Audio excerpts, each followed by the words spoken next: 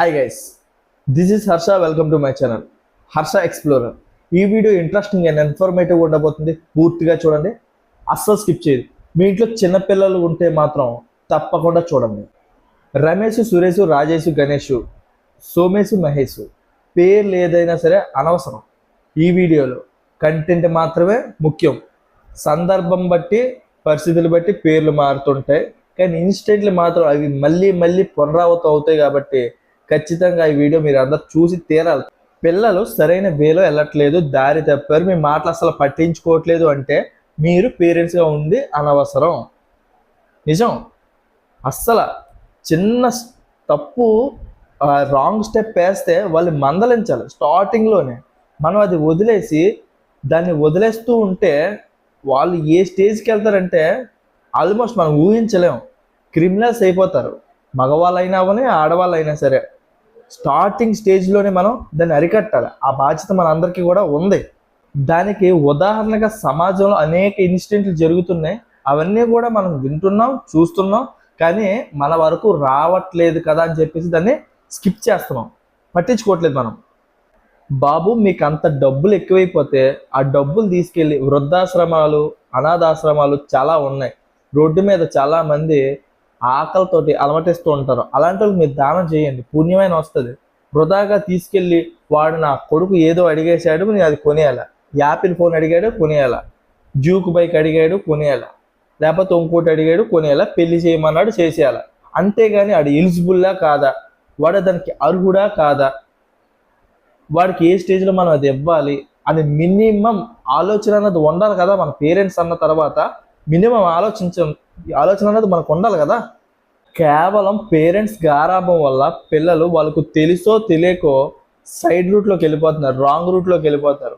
For example, రీసెంట్గా ఒక వ్యక్తి కారు ఉంది, అతనికి తెలుసో తెలియదో ఏదైనా జరగని వాళ్ళ అబ్బాయి అతను కారు వేసుకుని వెళ్ళాడు. ఆ అబ్బాయి వయసు ఎంత అంటే 13 సంవత్సరాలు. కారు వేసుకుని వెళ్ళి ఆ కారు హ్యాండిల్ ఎలా చేయాలో తెలియక ఒక వ్యక్తిని ఢీ కొడితే ఆ వ్యక్తి స్పాట్లో చనిపోయాడు. దీనికి గల కారణం ఎవరు? ఆ పిల్లడా, లేకపోతే ఆ పిల్లడికి అందుబాటులో ఆ కారు తాళం ఉంచిన ఆ పేరెంట్సా? చెప్పండి. ఇక్కడ ఏమైందంటే ఆ పిల్లడు జైల్లోకి వెళ్ళాలి, వాళ్ళ పేరెంట్స్ కూడా జైల్లోకి వెళ్ళాలి. ఏదేమైనా సరే ఈ ఇన్సిడెంట్ వల్ల అటు యాక్సిడెంట్ అయిన వ్యక్తి వాళ్ళ కుటుంబ సభ్యులు ఇబ్బంది పడుతున్నారు, ఇక్కడ యాక్సిడెంట్ చేసిన వాళ్ళ పేరెంట్స్ కూడా ఇబ్బంది పడతారు. ఎవరి వల్ల? ఆ పిల్లడు తెలుసో తెలియకో ఆ కారు డ్రైవింగ్ చేయడం వల్ల ఈ ఇష్యూ అంతా జరిగింది. ఇదొక్కటే కాదు, పేరు అన్నది ఇన్ఫర్మేషన్ కాదు. ఇక్కడ సిచ్యువేషన్స్ ఇలాగా రోజుకు ఒక ఊర్లో జరుగుతుంది. ఫ్రెండ్స్ని నమ్మి పంపిస్తుంటే ఫ్రెండ్సే చంపేస్తున్నారు. సింపుల్ కదా. అలా వెళ్తున్నారు బయటికి, సిట్టింగ్ గానో ఏదో విధంగానో సరదాగానో సినిమాగానో షికారుగానో వెళ్తున్నారు. చిన్న డిస్కషన్ అవుతుంది, ఆ డిస్కషన్లో చంపేస్తున్నారు.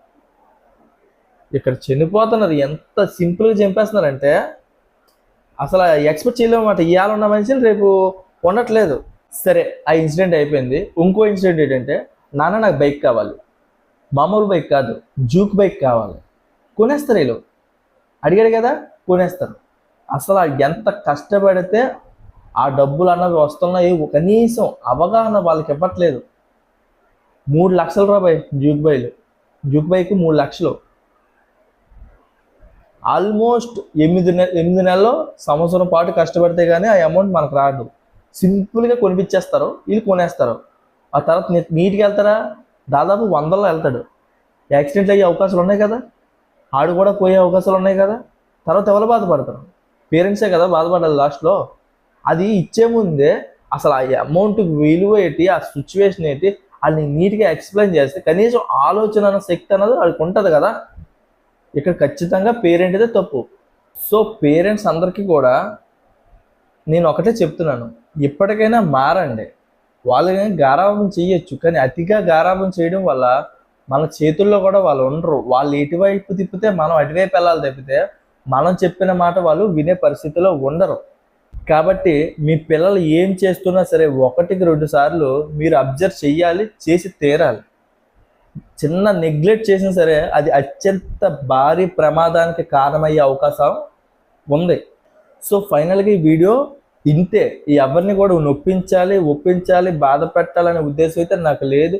కాకపోతే మన పిల్లల్ని మనం ఎంత జాగ్రత్తగా చూసుకుంటామో రేపొద్దున వాళ్ళు సమాజంలోకి వెళ్ళిన తర్వాత మనం ఏదైతే చెప్పామో అందులో ఆల్మోస్ట్ ఒక 10%, ఒక 20% మనం చెప్పింది చేసుకున్నా సరే వాళ్ళ లైఫ్ బాగుంటుంది. మనం పూర్తిగా ఆల్మోస్ట్ వాళ్ళు ఏం చేస్తే అదే చేయని అని చెప్పి వదిలేసామంటే మాత్రం మన చేతిలో వాళ్ళు ఉండరు. ఈ వీడియో కానీ మీకు నచ్చితే లైక్ చేయండి, షేర్ చేయండి, సబ్స్క్రైబ్ చేయడం మాత్రం మర్చిపోవద్దు. జై హింద్.